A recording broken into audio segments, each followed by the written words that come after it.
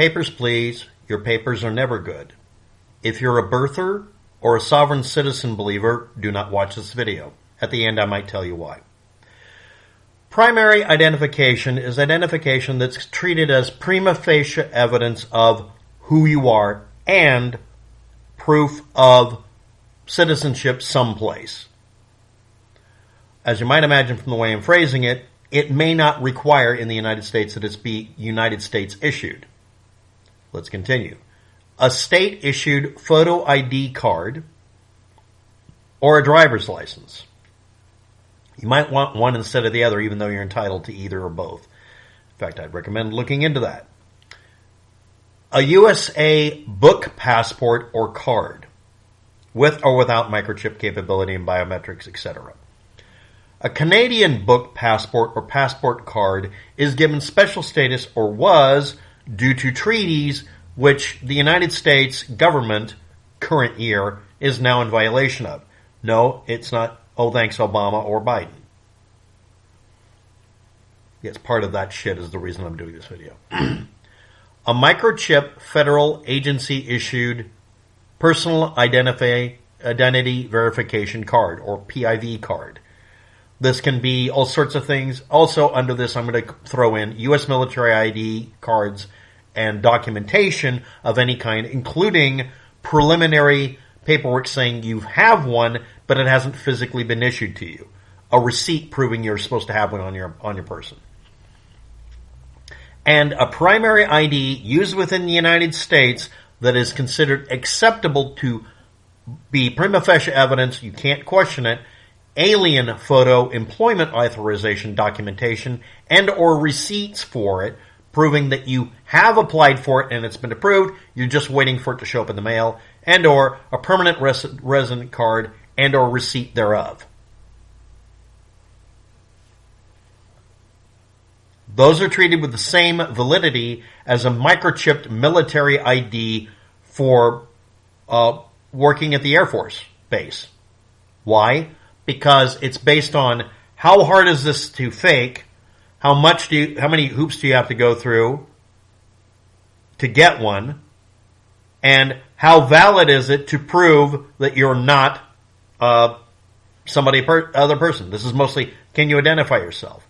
Secondary ID. These are ones that are acceptable as, on the discretion of whoever you're dealing with. They are allowed to use it. Do not demand it. Say, I don't have my ID on me, but I have this other stuff.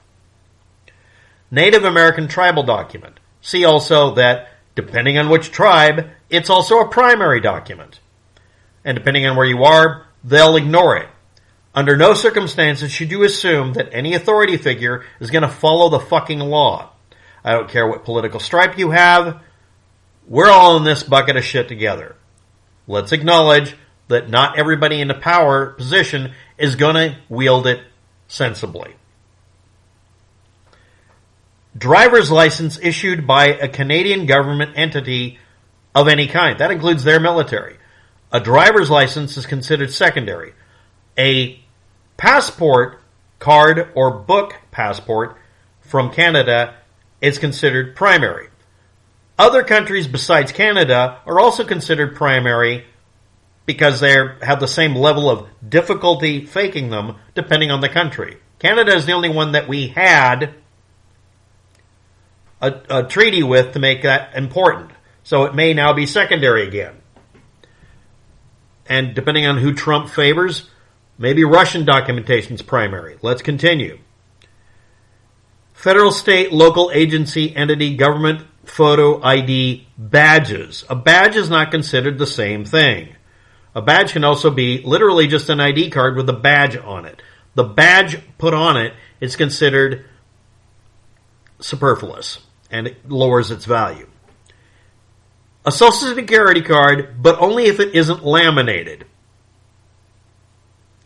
Rant ahead.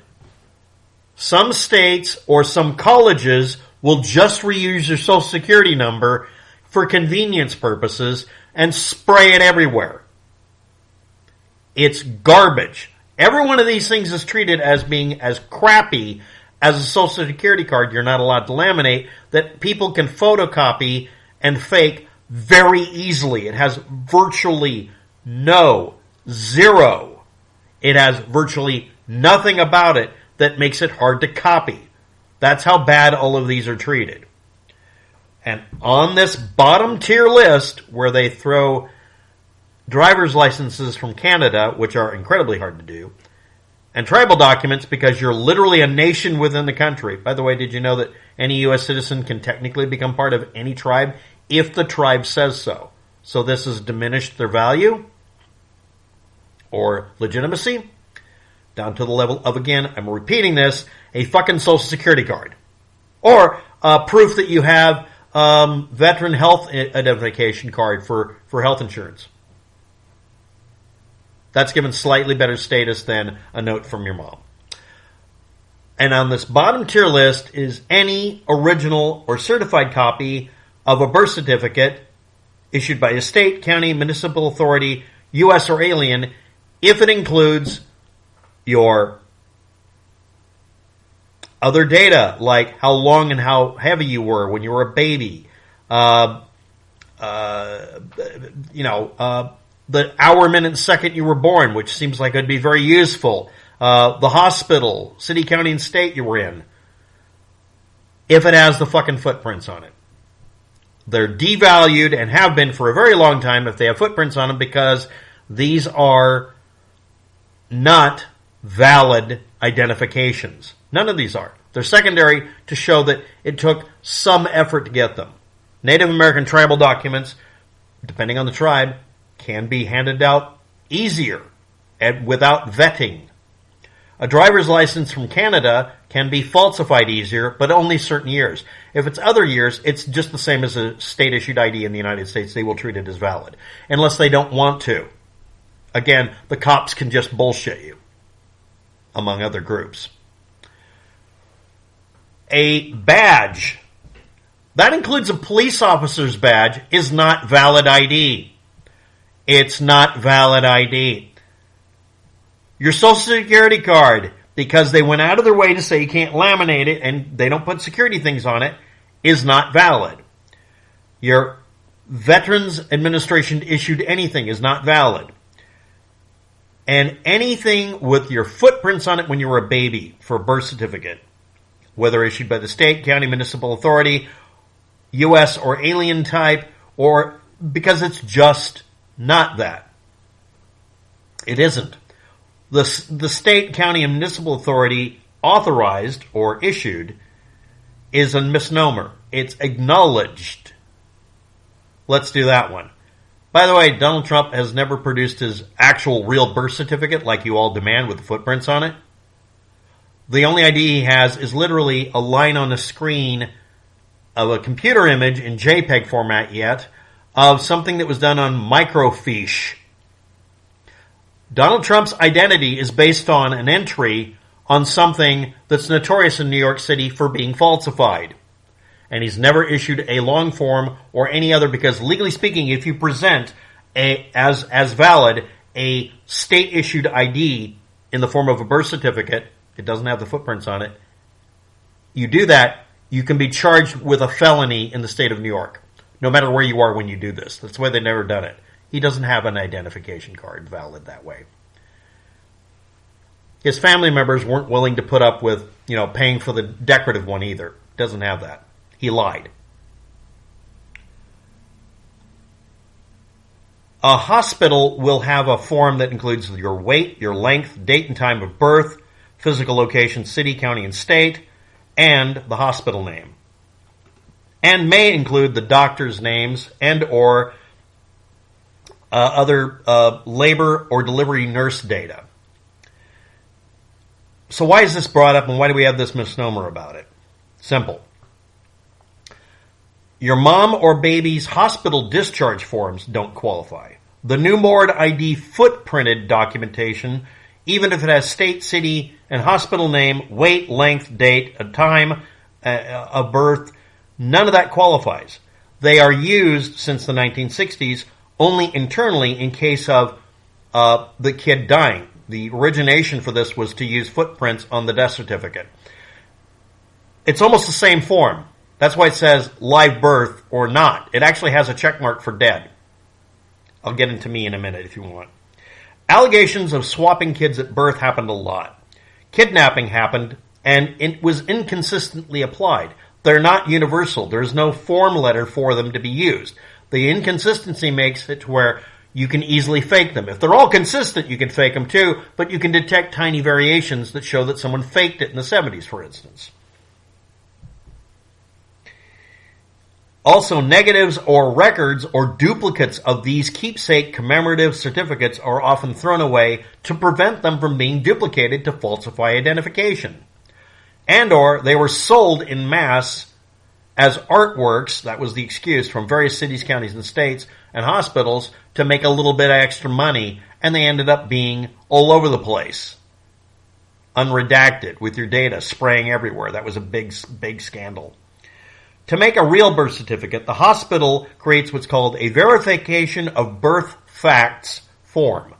These are sent to the county, and these same verification of birth facts forms may be extracted from the county or from the hospital if it still exists, and be accepted again to regenerate an official form of acknowledgement that you were born.